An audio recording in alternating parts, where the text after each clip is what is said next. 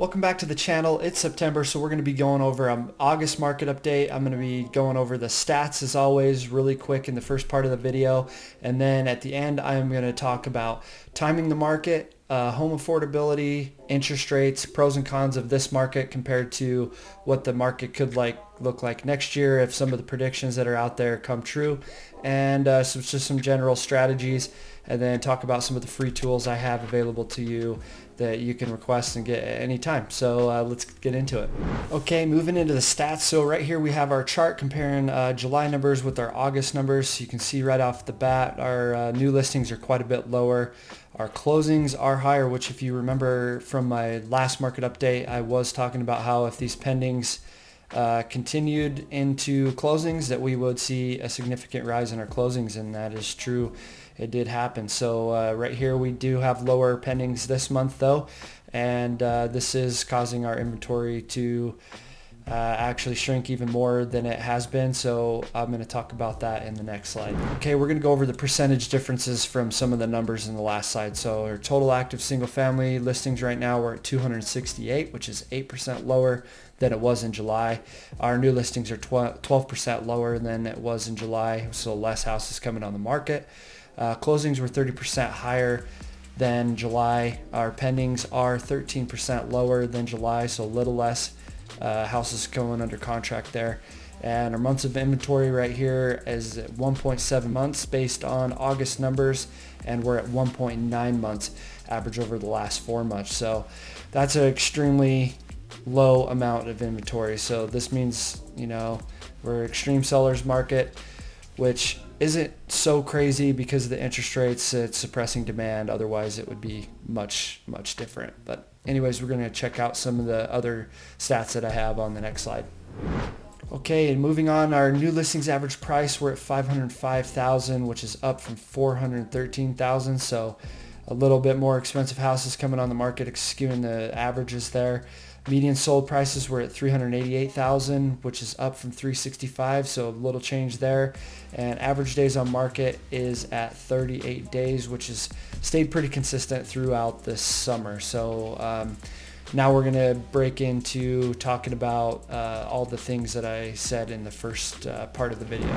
Okay, let's start with talking about timing the market. So timing the market is extremely difficult, and the odds are definitely stacked up against you on trying to hit that perfect timing in the market. So what's the best plan? Best plan comes down to the very specific details of your exact situation. So for example, some people are going to be able to buy right now the house they exactly want at 7% interest rate, and they're just planning on refinancing later. So there's always pros and cons to each situation. There's pros and cons to waiting to refinance. Maybe rates don't come down to exactly where you were thinking.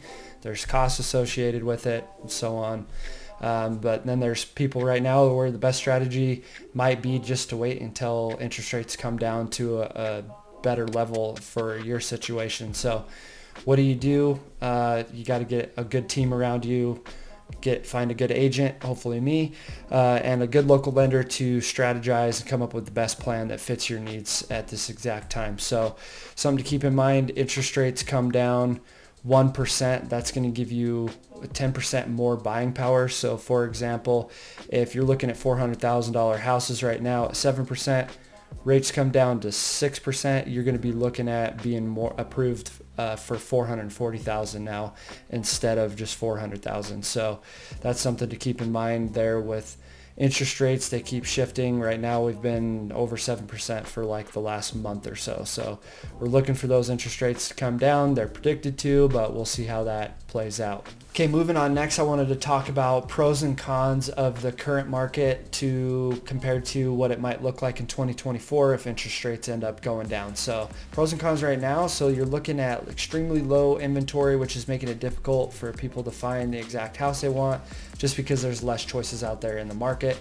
This also means more competition for those houses, which means multiple offers. Some people might be waiving inspection contingencies, which is not good. If you're taking on more risk, you're going to miss something and end up being stuck with having to fix some stuff if it didn't get caught in an inspection that you should be doing. So then looking at pros and cons of what the future market might look like when the interest rates come down.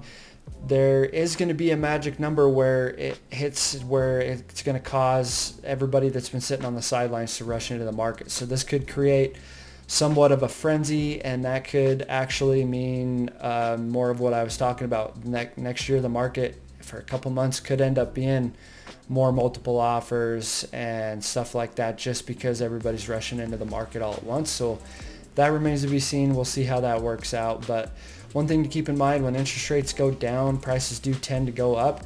They're predicted to be 2 to 3% next year going up. So that's something to keep in mind. Moving on into my advice is always to buy whenever it makes sense for you, just because the sooner you get in, the better, and the longer you hold, the better. So the safer investment is to wait 5 to 7 years before you sell. That's just kind of the general rule of thumb, because prices tend to trend upward over those longer time periods. Okay, moving on, next I wanted to talk about home affordability, because it has reached its lowest point since 1984, which is a pretty sad statistic. So this is due to low inventory causing prices to continue to rise, all while interest rates are being at its highest point for quite a while. So this is making it difficult for people to purchase homes. So I know what you're thinking, this all sounds bad and negative, but I don't want to sugarcoat it. Some of it is bad depending on your exact situation, but I always think that there is a solution to any problem. So